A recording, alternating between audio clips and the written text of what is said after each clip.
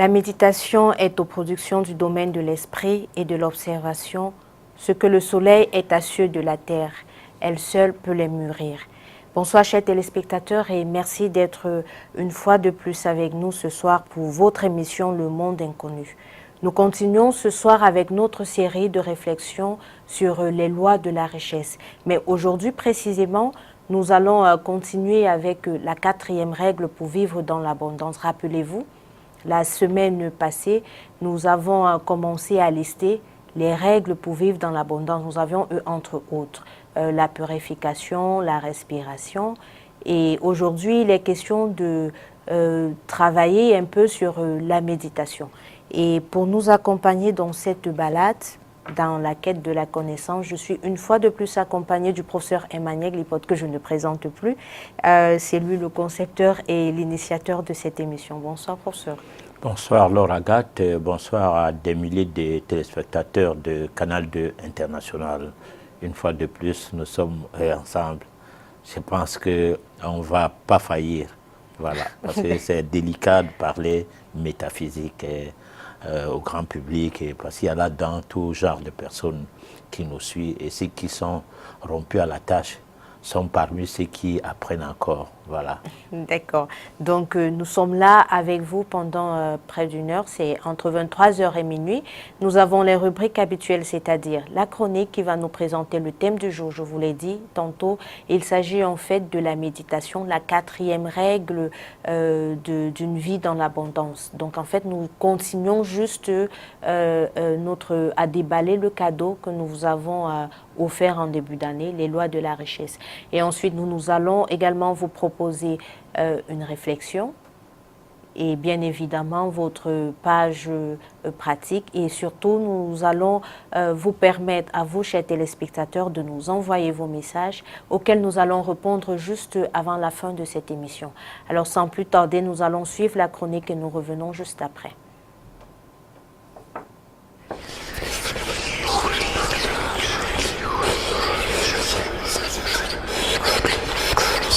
Les lois de la richesse, la méditation. La méditation est une pratique d'élévation spirituelle qui vise à calmer l'esprit en utilisant de prime abord des techniques telles que la respiration, la visualisation, etc. Pour calmer l'esprit, tout commence par des exercices respiratoires. Toutefois, l'esprit calmé, on doit vider son mental et passer à la visualisation. Celle-ci est une technique de développement de la vision intérieure, ce qui permet d'acquérir la compréhension de sa vraie nature, du corps et de l'esprit. Il ne s'agit pas d'une réflexion profonde suivant certaines explications lexicales, mais de chercher à maîtriser le principe qui facilite la communion avec l'au-delà. C'est une méthode à la portée de toute personne qui en est intéressée. À s'y mettre, on parvient à apprivoiser son moi intérieur. À force de travailler dans le but de parvenir coûte que vaille où siégerait son moi intérieur, on finit par y arriver. Une telle recherche permet de maîtriser la constitution occulte de son corps dans l'ensemble. Corps physique, corps éthérique, corps mental, corps causal, etc. La méditation permet de trouver la paix intérieure. Nécessairement, elle sert de passerelle pour atteindre un niveau de spiritualité très élevé. La méditation vous harmonise avec vous-même, puis avec l'univers tout entier. Il y a plusieurs méthodes de méditation. Citons-en quelques-unes. La méditation de pleine conscience. Elle centre l'homme dans l'instant présent, à l'exemple de la méditation thérapeutique. Puis la méditation bouddhique, pratiquée par les adeptes du bouddhisme. Entre autres, il y a la méditation transcendantale, pour ne citer que celle-là. Nous n'allons pas nous y attarder, l'essentiel étant d'établir le parallèle entre ces bienfaits et les lois de la richesse.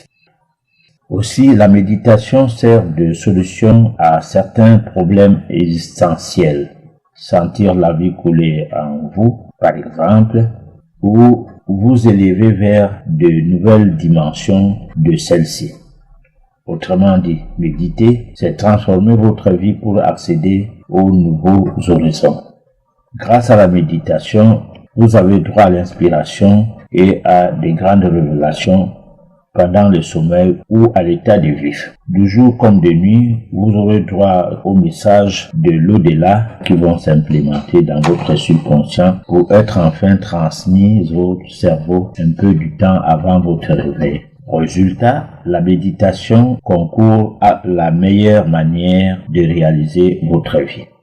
Que vous soyez bouddhiste ou non, la méditation vous expose à de nombreux bénéfices.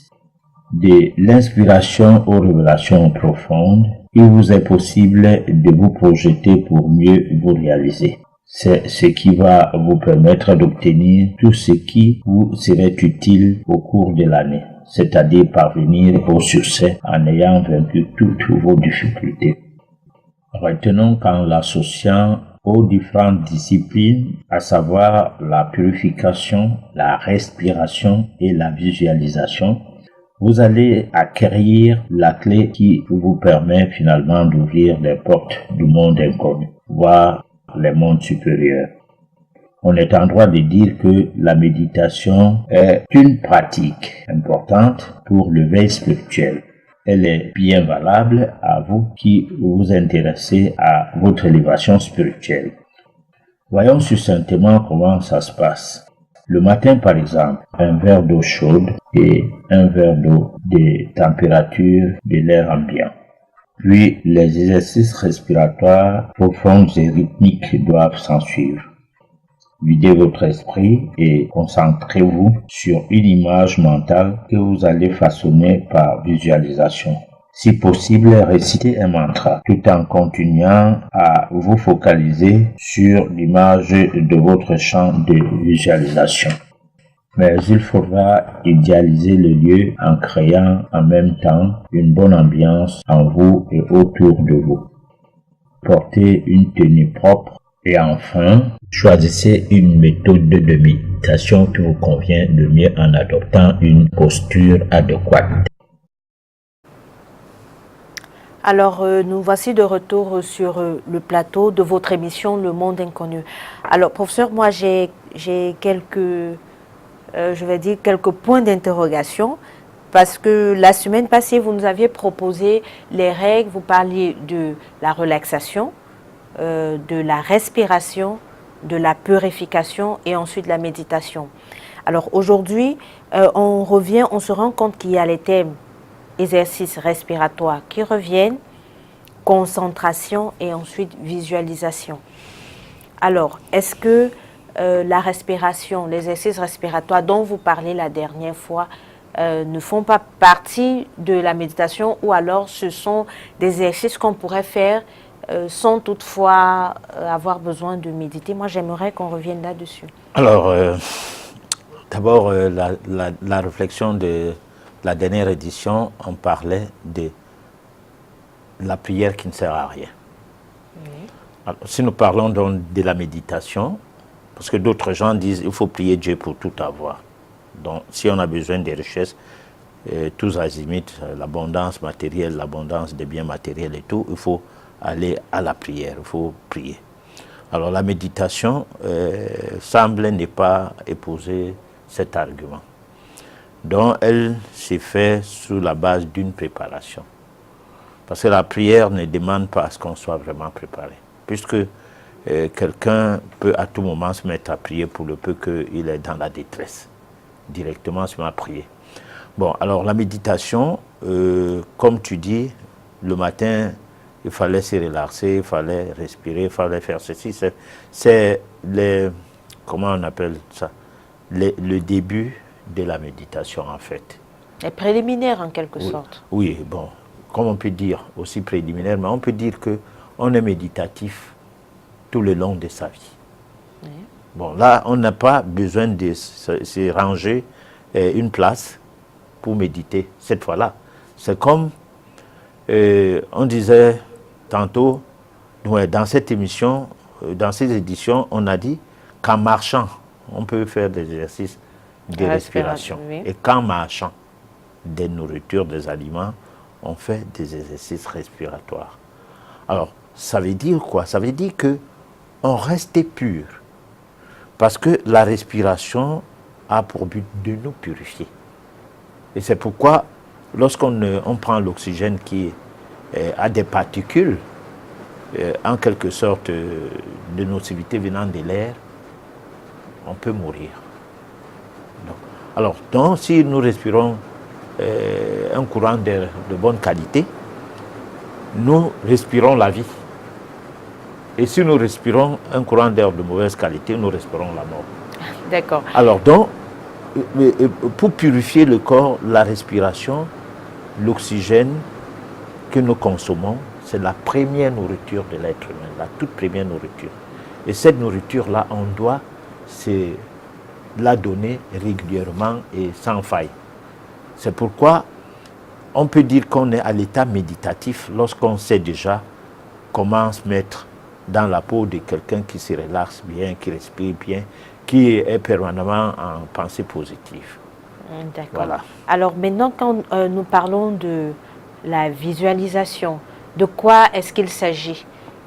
Est-ce qu'il faut peut-être, je ne sais pas, fixer son regard sur un objet pendant longtemps? Voilà. Ou alors c'est tout autre chose? Alors maintenant, la méditation est donc différente de la prière parce que, je reviens sur ça, parce que je voudrais que les gens comprennent exactement que la méditation, alors quand ça prend une connotation d'une pratique régulière, on a trois choses importantes à associer. Oui. La première, c'est la respiration. Oui. La deuxième, c'est la concentration. La troisième, c'est la visualisation. Alors, la respiration, déjà, entre dans le canal d'entraînement au quotidien, donc on n'a pas de problème à ça, à insister ou à ne pas insister. Mais sauf que lorsqu'on veut faire une méditation, que maintenant on a, comme à la fin de la chronique, on dit d'idéaliser un endroit. C'est-à-dire dire que, bon voilà, à cet endroit, je vais m'asseoir de telle ou telle manière pour faire ma méditation, soit régulièrement, soit périodiquement. Alors, cette façon de faire est comme si à cet endroit, c'est un sanctuaire qu'on a implémenté, on a du moins placé à cet endroit, on a placé à cet endroit son sanctuaire. Bon, donc quand on y va, on se prépare cette fois-là à se purifier, on peut se laver, chose que la chronique n'a pas dit, on doit se laver quand même, changer d'habit. Bon, puisqu'on a parlé d'un habit propre, donc changer d'habit, et changer d'habit ne veut pas dire l'habit que tu avais porté hier sans laver, sans repasser, sans rien faire, tu reprends ça parce que tu viens de laver là en transpirant, donc il te manque un habit. Non, il faut peut-être avoir un habit qui est destiné pour la méditation. Bon, et là, cet habit peut être un habit dont le tissu a été choisi. Ça fait partie d'un choix conséquent. Alors, quel est le choix du tissu adéquat pour un exercice? Souvent, il ne faut pas prendre des tissus légers. Bon, les tissus du genre mousseline, soie, mais tout ça là. Bon, sinon, il faut faire dans du vrai, de ces tissus qui pèsent. Je ne suis pas... Le coton, est-ce que le coton on aussi, si bien, est bien, parce que ça va absorber des énergies et ça ne va pas faire transpirer. Bon, parce qu'il faut éviter de se suffoquer parfois quand il fait chaud, lorsqu'on est en train de méditer dans un espace qui ne vous donne pas la possibilité de vous sentir à l'aise, de vous mettre vraiment à l'aise. Bon, alors donc, j'étais en train de dire qu'on prépare donc la méditation comme quelque chose comme pour dire je vais me mettre en communion avec l'au-delà. Bon, donc, ce n'est pas une histoire qu'on prie seulement. Non, on se communie avec l'au-delà.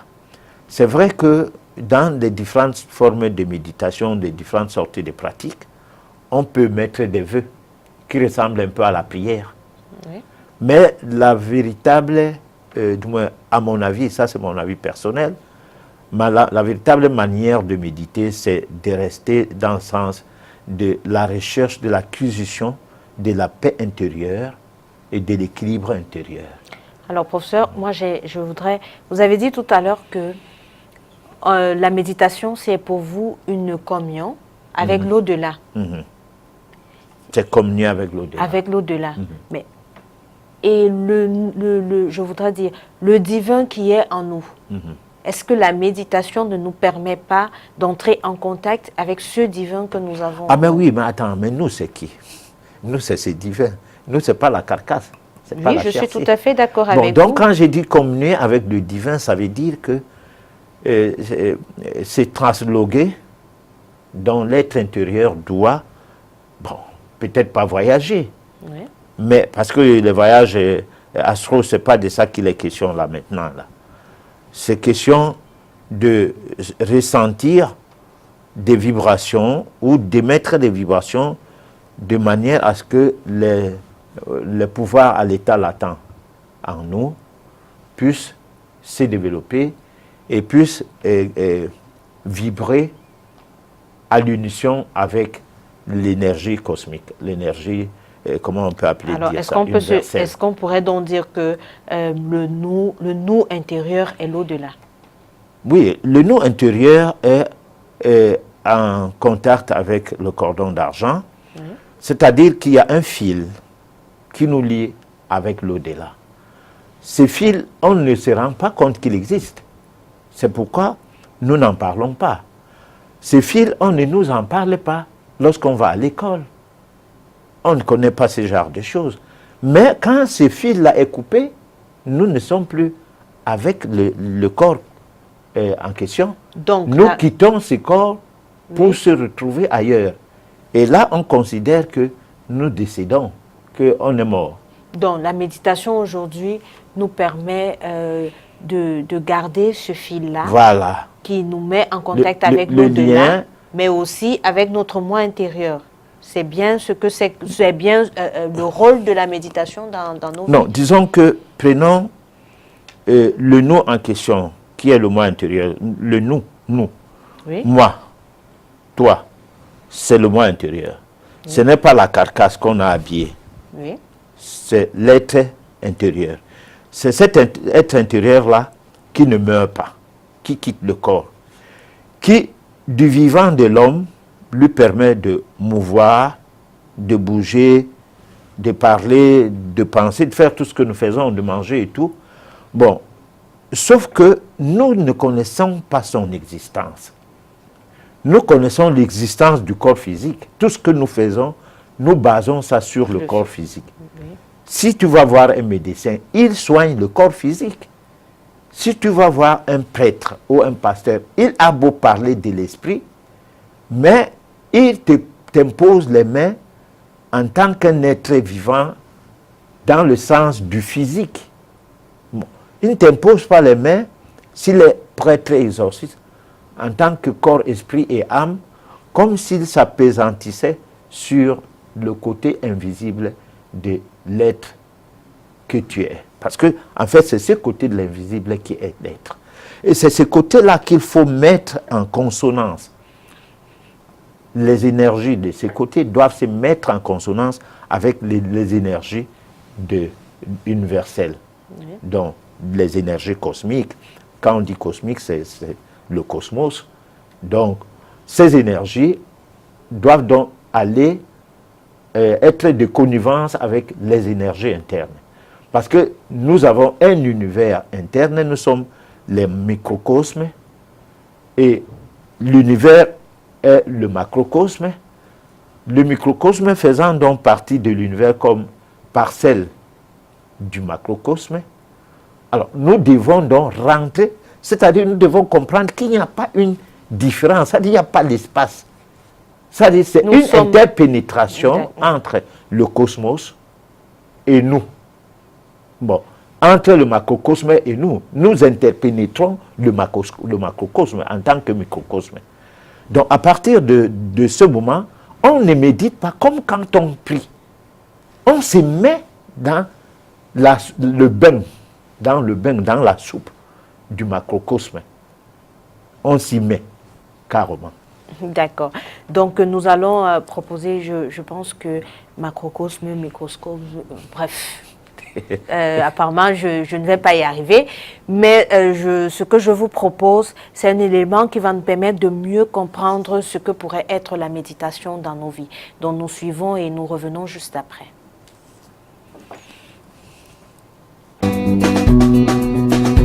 Donc, il y a un homme qui a changé ma vie, il s'appelle Gambat. Lui, il est éleveur de rennes, il vit dans la taïga, en Mongolie, et sa vie est assez simple en fait, puisque effectivement, il fait des transhumances en permanence, donc ado de rennes, c'est un des rares sur la planète. Il passe son temps à changer d'habitat, donc il a une petite tente comme ça, il transporte pas grand chose. Et un jour comme ça, il m'a pris presque par le col de manière virtuelle, parce qu'il me dit alors on n'est pas bien là? Et on était en train de faire un feu, on venait de faire partir les loups qui pouvaient manger ces rennes. Et donc c'était évidemment pas banal. Et quand il me parle à moi, je me suis rendu compte qu'il parlait à tous mes amis, qu'il parlait à tous ceux que je connaissais dans le monde occidental. Il parlait pas qu'à moi en fait. Et il me dit alors on n'est pas bien là? De quoi on a besoin? Waouh, sacrée question. Et il me dit mais c'est ça le bonheur. Regarde, on est là, on profite de l'instant présent. Et là, physiquement, il a son langage corporel, comme ça, il s'allonge par terre. Et il me dit, vas-y, étale-toi, mets-toi bien, etc. Et je me sentais coincé, en fait. Et je me sentais anxieux, en fait. Et je me sentais beaucoup moins libéré que lui. Donc, ce qui était fascinant, c'est que cet homme-là savait pas que j'étais en train de m'interroger sur toutes ces questions. Lui, il me raconte que les moments les plus heureux de sa vie, c'est quand il part seul dans la forêt avec un renne et une théière. Et je me rends compte qu'en fait, il est pas en train de faire semblant, quoi. Il est en train de parler d'un ressenti, un contentement que moi je connais pas. Assez rapidement, j'ai fait l'expérience de ce qu'il racontait. C'est-à-dire que j'ai été seul, parce que j'avais beaucoup voyagé, mais pas seul. J'ai été seul, dormir dans la nature, et comme il le faisait lui, en fait. Et moi, je me suis rendu compte que toute ma vie, j'avais évité d'être seul, parce que au fond, je passais mon temps à m'intéresser aux autres. C'était sans doute pour pas m'intéresser à moi-même. J'étais toujours dans l'action. Alors j'avais plein de satisfaction, mais j'étais plus dans le faire que dans l'être. Et donc je me suis rendu compte en fait, grâce à Gambat, que je fuyais quelque chose. Et je fuyais les émotions négatives. C'est-à-dire qu'au fond, comme nous tous, j'avais peur, je sais pas, si j'étais seul, je pense, je le dis maintenant parce que maintenant j'adore ça, mais je le dis rétrospectivement, je pense que j'avais peur en étant seul, je sais pas, d'être submergé par une tristesse, des émotions du passé, par des peurs. J'ai découvert que être dans l'instant présent, comme il me le recommande, en fait, j'y arrivais pas. Et puis j'ai découvert même grâce à des neurologues que c'est pas très naturel pour nous les humains d'être dans l'instant présent. En fait, notre cerveau, notre cortex préfrontal passe son temps à organiser les choses, etc. On a je sais plus combien de pensées à la minute. Et donc j'ai suivi un entraînement intensif. Alors au début ça se présentait comme un truc anti-stress, ça tombait bien, moi j'étais quelqu'un de très anxieux, qui avait du mal à apprécier l'instant présent parce qu'il passait son temps à penser aux soucis d'après. Et puis en fait, ce qu'on m'avait pas annoncé tout de suite, c'est que c'était de la méditation. Alors moi la méditation, je faisais partie de ceux qui confondaient la méditation et la lévitation. Donc c'était quelque chose qui me concernait pas. En gros pour moi sur Terre il y avait les gens qui étaient dans l'action, et puis des gens qui pouvaient passer du temps à méditer devant un poster de Bouddha. Alors j'avais choisi l'action. Et puis j'ai découvert en fait qu'on pouvait être encore mieux dans l'action. Et donc la méditation, c'était simple, c'était de la météo intérieure. C'est-à-dire que moi, avant de sortir comme tout le monde, je regarde le temps qu'il fait dehors pour me couvrir s'il pleut, etc. Et la méditation, finalement, c'est une méditation laïque. Alors j'y tiens beaucoup en fait. C'est une technique qui a été aux États-Unis propagée par un garçon qui s'appelle John Kabat-Zinn, qui est un scientifique, et en France par un homme qui s'appelle Christophe André, qui est un psychiatre. Donc c'est important pour moi qu'il ait plein de diplômes. J'avais pas envie d'un truc trop barré, j'avais pas envie de faire confiance à n'importe qui. Et j'ai découvert cette technique. Mais c'est vraiment une technique qui demande de l'entraînement. C'est-à-dire qu'il suffit pas de savoir comment ça marche. Moi j'ai plein de potes qui ont des abdos incroyables, ils m'expliquent comment ça marche, et j'ai beau savoir, j'ai pas les abdos. Parce que je fais pas l'expérience. Donc, j'ai commencé à faire les expériences de la méditation et j'ai été très loin puisque je me suis retrouvé à faire une semaine de silence. C'est-à-dire une semaine pour aller à l'intérieur de soi. Alors, c'est l'expérience la plus incroyable que j'ai jamais vécue et du coup, ça change toute ta perception du réel. Voilà, c'est aussi simple que ça. Et je me suis rendu compte que ce qu'on appelle le réel, c'est nos perceptions. Il n'y a pas que notre regard, mais il y a plein de sens. notre ressenti. On fait pas très attention à notre ressenti. Moi, j'étais plutôt un cérébral. Alors, j'ai pas dit un intellectuel, mais un cérébral. Et je faisais pas assez confiance à mon intuition, à mon ressenti. Et depuis que je fais confiance à mon ressenti, alors ma vie, elle est plus chouette. Parce que d'abord, vous faites le tri. Les gens toxiques, il y en a plein autour de nous, on s'en rendait pas compte. Des activités toxiques. Et il y avait des tas de trucs où je me sentais pas bien, mais je croyais qu'il fallait faire ceci ou qu'il fallait faire cela. Et puis surtout, la perception du monde, c'est ce que je ressens à l'instant T. J'ai compris qu'il n'y avait pas autre chose. J'ai compris qu'en fait, le passé n'existe pas, on peut y aller ensemble, enfin voilà, à part dans les films, on sait pas faire. Le futur n'existe pas, et le seul truc qui existe, c'est ici et maintenant. Alors du coup, qu'est-ce qui est important? C'est ici et maintenant. C'est aussi basique et presque... c'est implacable en fait. Et donc du coup, j'ai vécu cet entraînement à être dans l'ici et maintenant. En fait, je me suis rendu compte qu'avant, je passais mon temps à fuir mes émotions négatives, alors par tous les moyens, hein, boire un coup, faire la fête, aller au cinéma, etc. Alors que là, j'avais plus envie de les fuir, j'avais envie juste de les observer. Parce qu'en fait, les chercheurs ont expliqué que quand on observe une émotion, ça s'appelle la diffusion. C'est presque ça la désactive. Observer ce qu'on ressent, et pas le fuir. Donc ça, pour moi, ça a été extraordinaire. Ça apprend tout simplement à se recentrer, à savoir qui on est, et un peu plus, évidemment, c'est un chemin. Et puis ça apprend surtout à faire... Moi, ça m'a appris à faire attention à mes besoins. C'est-à-dire, c'est quoi mes vrais besoins? En fait, on se rend compte qu'ils sont pas énormes. C'est pas énorme. Et cette méditation vous promet pas le bonheur ni la fin de la souffrance. La méditation laïque que j'ai découvert, moi, ça m'a promis juste l'idée que quand ça allait pas bien, je devais observer ce que je ressentais. C'est tout.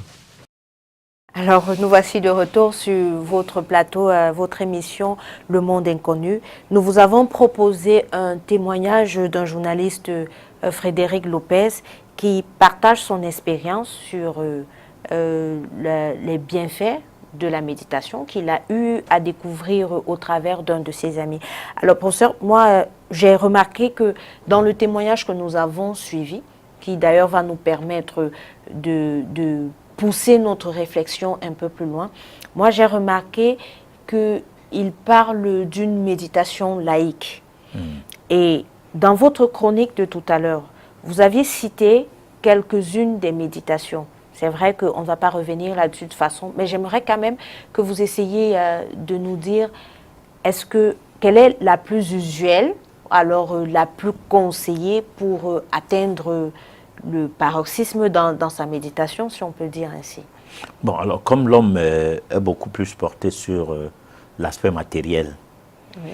La méditation de pleine conscience semble être ce qu'il a expérimenté, parce que ça, on ressent des choses comme des acquis. Donc on ne végète pas, on n'est pas en train de l'éviter comme il disait tout simplement, mais on sent un changement et on le sent au quotidien. Donc, on peut parler de la méditation thérapeutique, on peut parler de la méditation culturelle, c'est-à-dire que ça rentre dans le social, ça cadre avec tout ce que nous avons comme situation sociale. Alors maintenant, dans cette méditation, il y a le côté transcendantal quand même, parce que on peut aller l'éviter à partir de soi, dont son esprit peut prendre, ou bien les vibrations que vous aviez développées à partir de vos pouvoirs à l'état latent, oui. Peuvent aller jusqu'à s'unir avec, du moins se mettre, s'entremêler avec les vibrations de l'au-delà, comme on venait de dire tout à l'heure. Donc, dans cette façon de fonctionner, bon, l'être humain maîtrise déjà, comme lui aussi l'a dit, mais ça nous l'avons dit déjà, parce que nous ne pouvons pas atteindre les lois, c'est-à-dire on ne peut pas observer les lois de la richesse dans la tricherie. Parce que quand on dit loi, ça veut dire que ce qui nous est interdit et ce qui nous est permis. Tout à fait. Alors, les lois de la richesse voudraient dire que nous tombions dans un moule qui nous permet de respecter les lois de la nature à travers la loi du supplice qui est la souffrance. Alors, lui aussi l'a dit tout à l'heure, nous l'avons déjà dit maintes fois ici, que rien ne se fait, ne se gagne tranquillement et facilement, si vous aviez quelqu'un qui vous donne tout et que vous profitez de ce tout-là, au soir de votre vie, vous allez regretter. Si vous ne regrettez pas au soir de votre vie, au cours de cette existence, vous payerez ça plus tard. Parce que rien n'est prouvé que celui qui naît lépreux, Dieu ne l'aime pas. C'est pourquoi il naît lépreux et il aime l'autre qui naît normal. Non. Celui qui naît lépreux, il a hérité de son passé karmique. Bon, donc, il est venu avec la lèpre, peut-être pour avoir eu à se moquer des lépreux ou pour avoir tué les lépreux, oui, parce qu'il n'aimait pas les voir et tout. Donc, pour avoir fait quelque chose, parce que vous ne pouvez pas vous réveiller du jour au lendemain, bon, vous êtes puni pour quelque chose qui ne vous concerne pas. Donc, je ne pense non pas que ce que nous faisons, nous avons le droit de le faire si nous ne mettons pas en pratique, nous ne comprenons pas que la loi existe. Et un être humain qui n'a plus peur est un être dangereux pour soi, pour lui-même. Oui. Bon, parce que c'est en respectant, en ayant peur qu'on respecte les lois de la nature, ou bien qu'on va à la recherche de comment fonctionne la nature et quelles sont ses lois. Bon, par exemple, si vous avez tout le pouvoir nécessaire pour faire tout ce qu'il faut sur les êtres humains, vous prenez l'option de tuer les gens comme ça en disant « mais je n'ai pas de compte à rendre ». Alors, vous êtes en phase d'une situation que pour le moment, vu votre grade, vu votre rang social, il n'y a rien. Bon, personne ne peut imaginer que jusqu'à la mort, qu'est-ce qui va vous arriver? Rien. Mais si vous mourrez, comme la mort n'existe pas comme une fin en soi, en dehors de ce que nous disent les missionnaires, la mort, c'est la transition. C'est une manière de quitter un corps pour un autre, ou bien de quitter le monde pour revenir dans le monde, continuer sa mission à partir de là où elle s'est arrêtée. Donc, si tu as mal fait ta mission, si tu as craché en l'air, c'est jamais tombé sur toi. Dans l'autre vie, il faut s'attendre que maintenant, ça commence à tomber sur toi. Alors, moi, je vais vous citer, professeur, vous aviez dit dans la chronique, grâce à elle s'est mise pour la méditation. Vous avez droit à, un instant, je me retrouve à l'inspiration et à des grandes révélations pendant le sommeil ou à l'état de vif. Donc, ça veut dire que quelque part, la méditation serait un messager pour nous dans nos vies? La méditation, c'est une pratique. C'est un mode de vie. Ça doit se vivre. Ça ne doit pas être comme dans le christianisme où seul le dimanche est destiné à Dieu. Le reste du jour, c'est destiné au diable. Bon, c'est-à-dire chercher l'argent par tous les moyens, escroquer les gens par-ci, par-là, faire ceci, faire cela, et aller tontiner. Donc, aller à la quête du prêtre ou du pasteur. Bon, et là, comme ça, Dieu voit comment tu t'es peiné pour arracher l'argent aux gens et venir lui donner. Bon, parce que dans ces milieux, on te dit que même si tu as détourné les fonds, toutefois, ça arrive à l'église, on ne peut pas te remettre. Parce que l'église va sanctifier cet argent pour mieux utiliser ça. Bon, alors, dans le fonctionnement métaphysique, ce n'est pas comme ça que ça se passe. Bon, c'est à peu près comme aujourd'hui, ça se passe que lorsque vous aviez un transfert d'argent au jour d'aujourd'hui, on vous demande c'est qui vous envoie cet argent et pourquoi. Bon, donc, cette question, elle est posée aujourd'hui, je ne sais pas trop pourquoi. Bon, moi, quand on m'envoie l'argent, je dis pourquoi, c'est vrai, mais je ne demande pas que vous posez même cette question-là. Pourquoi? Parce que pour moi, je sais que cette question doit être posée, pas seulement dans le cadre de l'argent. Oui. Quelqu'un vous donne à manger. Demandez-lui que vous me donnez à manger. Pourquoi? Ne dites pas, je suis une jeune fille, je suis belle. Je lui ai demandé, c'est lui-même qui m'a donné, non? Tu prends seulement. Oui, je parlais dans le cadre des filles qui bénéficient des retombées de leur beauté. Oui. Bon, lorsque tu lui dis, mais attends, mais on te donne des cadeaux et tu ne poses pas la question, le pourquoi des choses. Elle sait bien pourquoi. Elle sait bien que c'est pour faire une vie, je ne sais pas moi quoi, avec. Bon, mais maintenant, dans le fond, la question n'étant pas posée, Ce n'est donc pas ce que tu penses. Quelqu'un peut te donner de l'argent en disant, c'est pour te marier. Oui. Toi, tu penses que c'est pour coucher avec toi. Bon, alors que lui, c'est que si c'est pour coucher avec toi, il y a des moins chers, quelque part. Bon, toi, tu es trop cher. Donc, il investit comme ça pour t'avoir pour épouse. Et tu ne lui as jamais posé cette question que mais autant d'argent et des cadeaux, des présents et tout ce que tu me donnes, c'est pour quoi faire. Donc, on ne doit, garçon ou fille, fille et fille, garçon et garçon, tout ce qu'on te donne, pose la question de savoir pourquoi faire, pourquoi tu me donnes cela. Bon, il y a des avantages de métier, mais pose-toi la question, est-ce que j'ai un salaire ou je n'ai pas? Parce que tu risques d'avoir mangé ton salaire avant le temps. C'est-à-dire, vous aviez 10 ans à faire dans un lieu de service avant qu'on vous licencie, ou alors avant que vous n'ayez ailleurs ou à la retraite.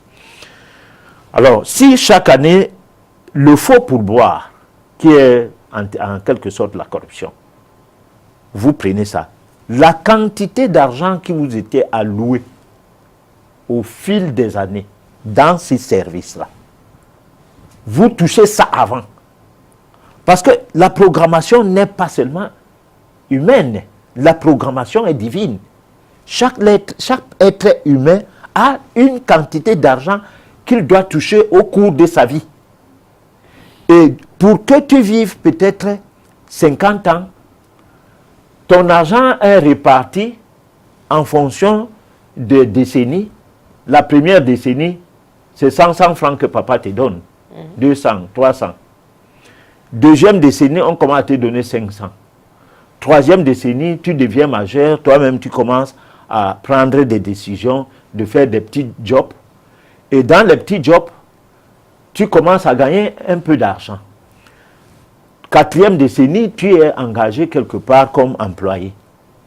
D'abord, tu es l'un des plus mauvais employés parce que tu ne viens jamais à l'heure et tu dribbles le service, mais tu gagnes l'argent là. Bon, alors, en réalité, tu gagnes malhonnêtement ta vie.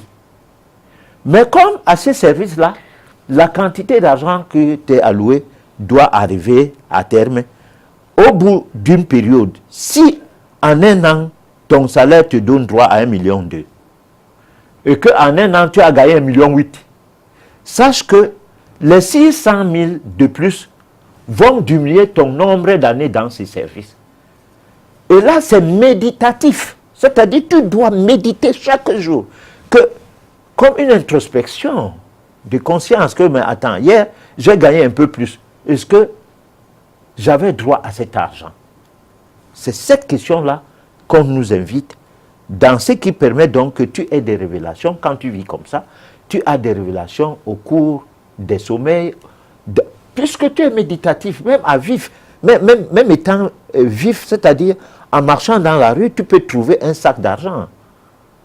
Bon, que personne ne te réclame ça. Toi-même, tu prends le sac comme l'amusement, tu dis c'est un beau sac, tu le trimbales jusqu'à tu prends le taxi, tu arrives chez toi. Après, tu dis, mais attends, mais qu'est-ce que j'ai ramassé dans la rue? Et quand tu ouvres le sac, tu trouves les billets des banques, ça t'étonne.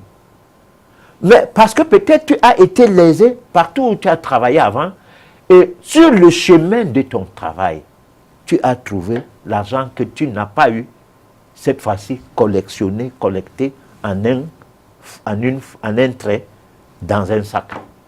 On n'a jamais rien qui ne nous appartient pas. Tout ce que nous avons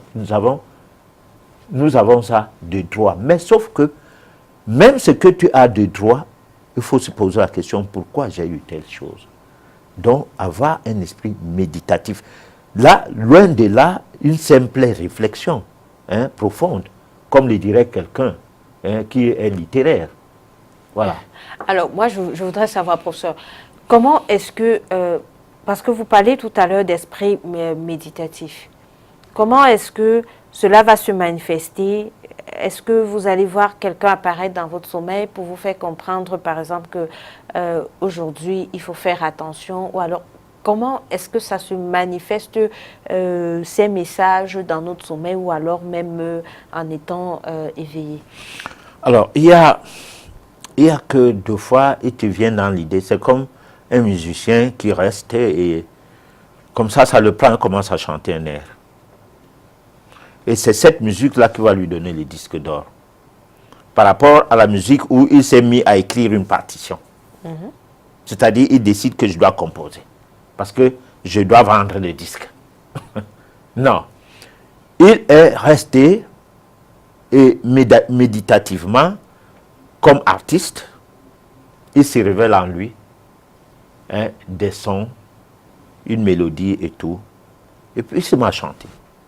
Et il chante tellement facilement cette chanson que il ne se rend pas compte de ce qu'il est en train de faire. Au risque de tout oublier un instant après, s'il n'enregistre pas immédiatement ce qu'il a eu comme révélation. Voilà. Moi, je dis même révélation. Parce qu'il n'a fait aucun effort. Alors, donc, quand tu atteins un niveau de sincérité en tant qu'artiste, dans ce que tu fais, quand tu es, soit autrement dit, à un niveau de naïveté, parce qu'il y a deux extrêmes que l'artiste musicien, par exemple, ou peintre, ou qui fonctionne sur des chefs-d'œuvre, soit dans la naïveté, soit dans la révélation après qu'il lui arrive du fait d'être méditatif dans ce qu'il fait. Mais s'il dit, je suis obligé de tout faire pour avoir l'album cette année, parce qu'il me faut de l'argent, ça ne sera pas pareil. Voilà. D'accord. Donc, j'aimerais également que nous allions un peu dans la pratique de la méditation. C'était d'ailleurs l'objet des 3 derniers paragraphes de votre chronique. Parce que là, vous nous avez dit qu'il fallait se réveiller le matin, boire un verre d'eau chaude et un verre d'eau. Mais j'aimerais savoir, est-ce qu'il n'y aurait pas une posture adéquate pour méditer? Est-ce qu'il n'y aurait pas, je ne sais pas moi, des paroles spécifiques à dire? Ou comme alors, dans le cas de la prière. Tout à fait. Donc, de façon pratique maintenant, on médite comment? Bon, alors, de façon pratique, quand on a mis dans sa tête que on ne médite pas pour avoir l'argent, quand on a mis dans sa tête qu'on ne médite pas pour avoir du boulot, pour avoir un mari, pour avoir une épouse, la méditation commence d'abord. Parce que il faut dire une chose, c'est une manière de s'harmoniser. Bon, s'harmoniser avec le pouvoir universel, avec les forces universelles, avec l'absolu, Dieu, l'absolu. Alors, ça veut donc dire qu'il faut baliser la pratique. Il faut dire, je ne dois pas transpirer, je me mets dans le petit lieu dont j'ai idéalisé. C'est-à-dire que tu dis, là c'est un lieu idéal pour mes méditations. Parce que dans ta maison, tu as gardé un coin pour Dieu. C'est-à-dire que tu reconnais alors que Dieu existe. Pas Dieu que tu parles avec la bouche. Que je suis chrétien, je suis musulman, je suis bouddhiste et tout. D'ailleurs, les bouddhistes ont un coin pour Dieu. Pour leur méditation. Voilà. Alors, donc, tu as un coin dans ta maison que tu as dit là, c'est la place de Dieu là-bas. Donc, quand j'y vais, je dois me laver, je dois me changer. Je dois être propre, quoi. Je dois être propre. Bon, propre du corps déjà. Oui, physiquement. Parce que si vous transpirez et que vous émettez des vibrations de nocivité à travers une mauvaise odeur, cette odeur-là va chasser, disons, les anges, entre guillemets, mais votre ange gardien, je ne sais pas quoi, mais parlons terre à terre, quoi. Bon, parce que peut-être les anges n'existent même pas, mais disons les choses terre à terre, c'est-à-dire tu ne vas pas harmoniser les lieux. Parce que souvent, on allume l'encens pour harmoniser le lieu. Oui. On allume la bougie, qui est une lampe à huile, et non l'électricité qui émet des vibrations, parfois pas meilleures pour certains travaux spirituels. Donc, ça veut dire que pour ma méditation de demain, je dois me rassurer d'avoir une bougie allumée à mon lieu. Par exemple, si tu veux lire, tu peux ne pas allumer des bougies si tu ne veux rien lire. Mais si tu as des petites phrases à réciter, Oui. que tu prennes les phrases là de la Bible, par exemple, Des versets bibliques. les versets bibliques de Proverbes, par exemple, Oui. qui, en quelque sorte, on peut méditer avec, et que vous lisez ces versets bibliques pour que ça s'implémente en vous, Oui. et que ça vous harmonise avec votre environnement et avec l'au-delà. Bon, à force de les réciter, vous ressentez certaines vibrations en vous. Et là, vous pouvez avoir besoin de la lumière. Ce n'est pas la lumière électrique qui sera nécessaire. Okay. Ce qui sera nécessaire, c'est la lumière de la lampe à huile d'antan qu'on a modernisée à travers les bougies. Parce que d'aucuns, quand on voit la bougie, on disait ça y est, la pratique de la magie noire. C'est vrai que les bougies, on en utilise pour tout. Mais c'est des lampes, c'est tout. C'est pour l'éclairage d'abord, avant tout. Voilà. D'accord. Bon. Donc, je voudrais juste rappeler à nos chers téléspectateurs que vous aviez la possibilité de nous envoyer vos messages. Les numéros s'affichent juste au bas de votre petit écran. Donc, maintenant, nous allons vous proposer l'astuce qui va porter sur les traits du visage et nous allons revenir juste après pour, je ne vais pas dire clôturer, mais donner des réponses à vos messages et avoir encore quelques éléments venant du professeur. On se retrouve tout à l'heure.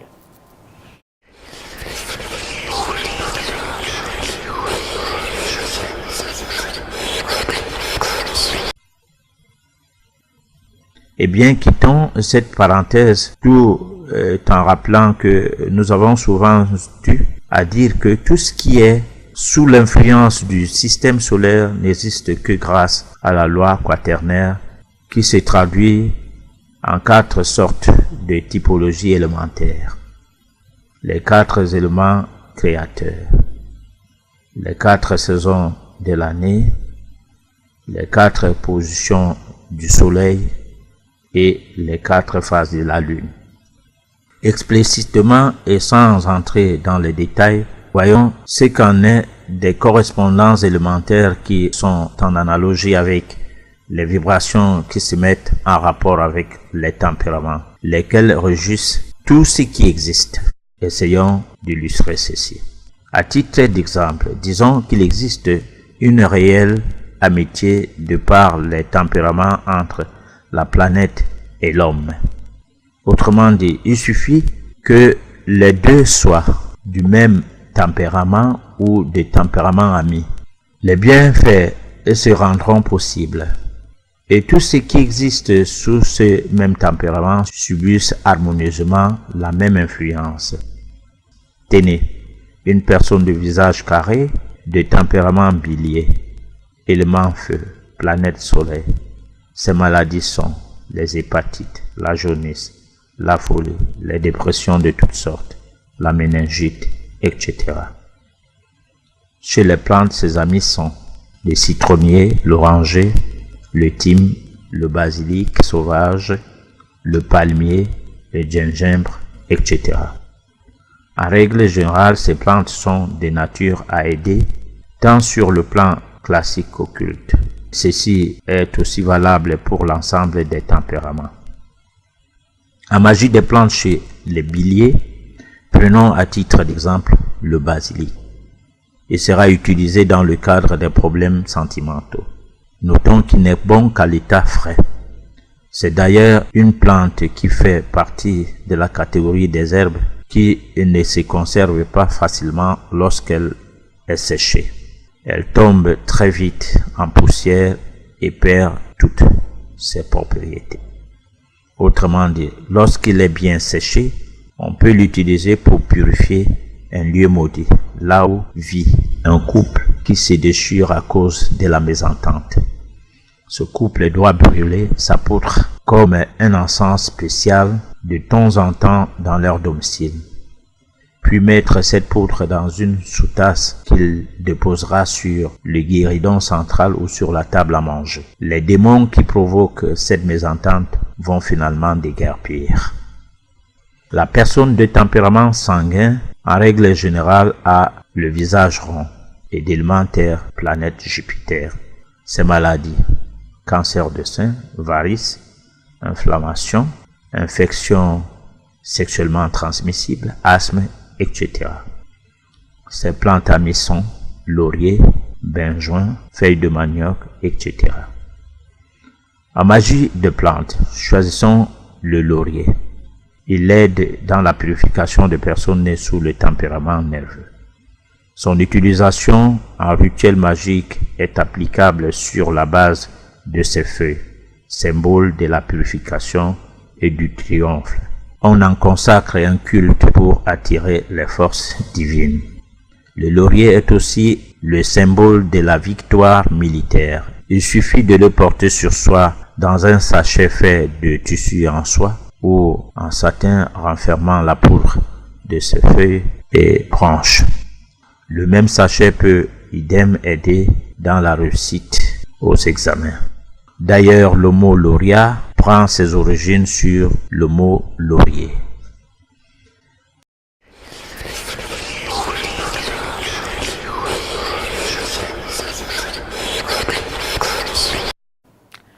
Merci de nous avoir écoutés, ou alors d'avoir écouté la réflexion, autant pour moi, la page pratique que nous vous avons proposée. Donc, nous allons passer rapidement au message que vous nous avez envoyé. Mais, professeur, nous avons un message qui est en 6 niveaux, c'est-à-dire 6 questions, qui est un téléspectateur de Nangai Boko qui voudrait savoir, je parlais tout à l'heure de la pratique de la méditation. Avec quelles paroles prier? En fait, pas prier, méditer. Comment méditer? C'est-à-dire de façon pratique. Vous nous aviez déjà dit qu'il faut avoir un coin précis, il faut être propre avant sa méditation. Et maintenant, vous aviez parlé tout à l'heure des mantras.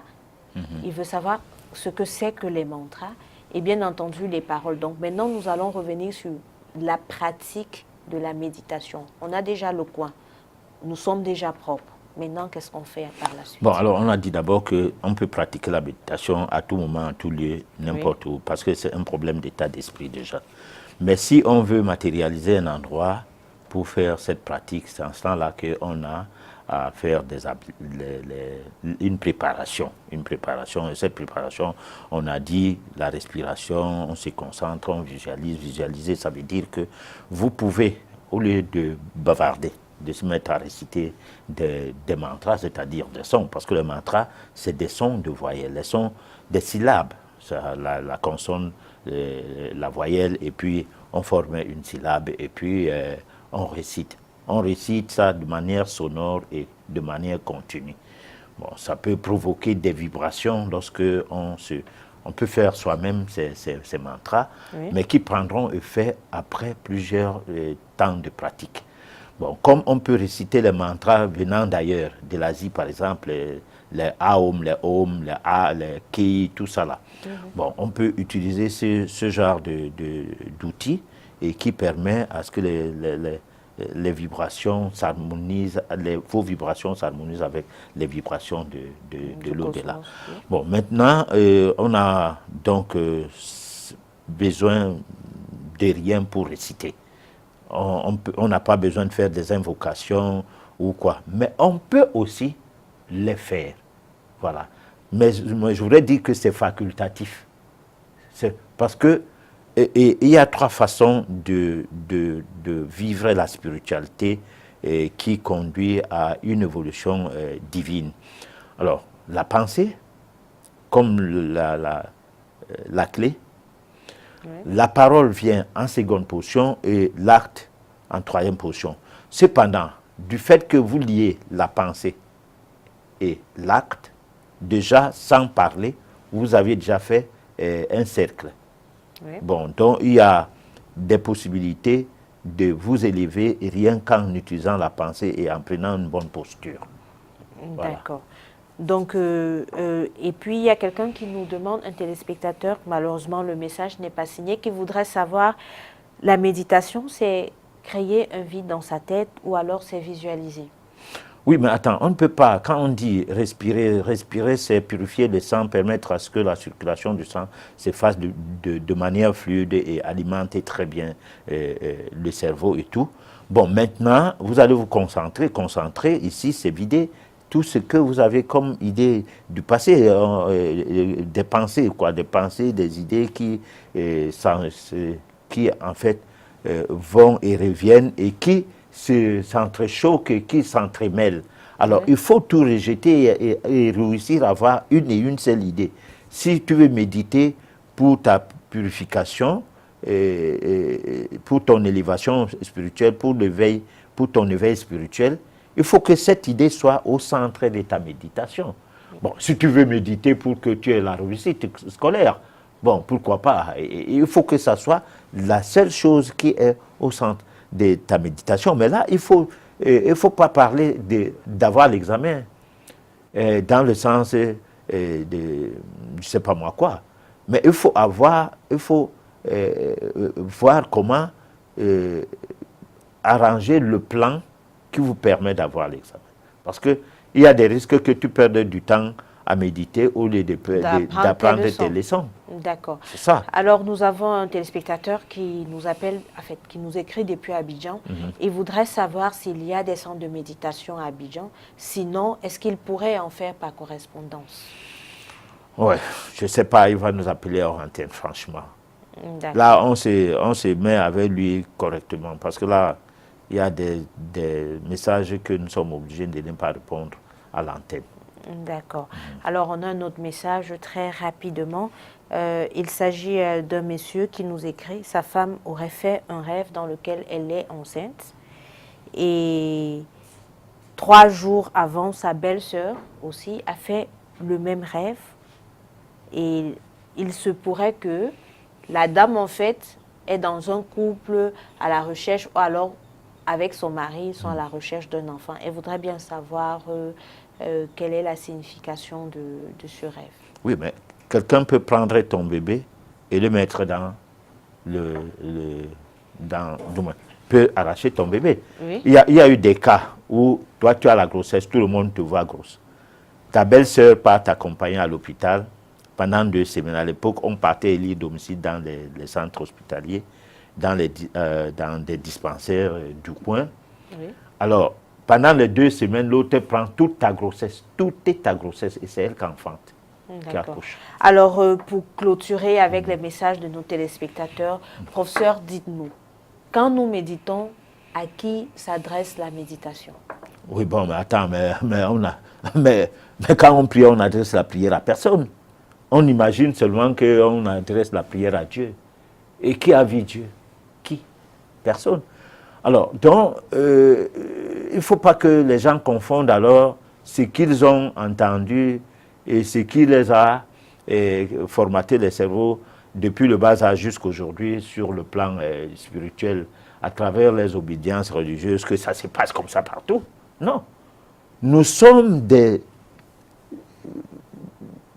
énergies divines. Nous sommes, comment on peut dire, c'est-à-dire en nous existe Dieu. À l'état embryonnaire, on évolue jusqu'à aujourd'hui. Bon, donc c'est l'émiettement de Dieu, le miettement de Dieu. C'est pourquoi je dis cosmos, et je dis macrocosme, et je dis microcosme. Donc, nous sommes des parcelles de Dieu. On n'a pas besoin de plier Dieu. On a besoin de rentrer en consonance avec Dieu qui est au-dedans de nous. Et à travers le cordon d'argent, on atteint le sommet où se trouve l'absolu en nous mettant dans le bain des vibrations universelles qui sont du plan positif des vibrations divines. D'accord. Alors, professeur, un dernier mot très rapidement parce que le temps nous tient vraiment à la gorge. Alors, donc, le dernier mot, c'est que la semaine prochaine, on va les proposer on va déballer le cadeau. Parce que le cadeau, là, c'était les lois de la richesse. Oui. Et on a cheminé pour avertir aux gens que la richesse, ça s'acquiert par l'effort, par la souffrance et tout. Alors, la prochaine édition, on va présenter ce qu'on appelle le porte-monnaie spirituel aux téléspectateurs. de cette émission.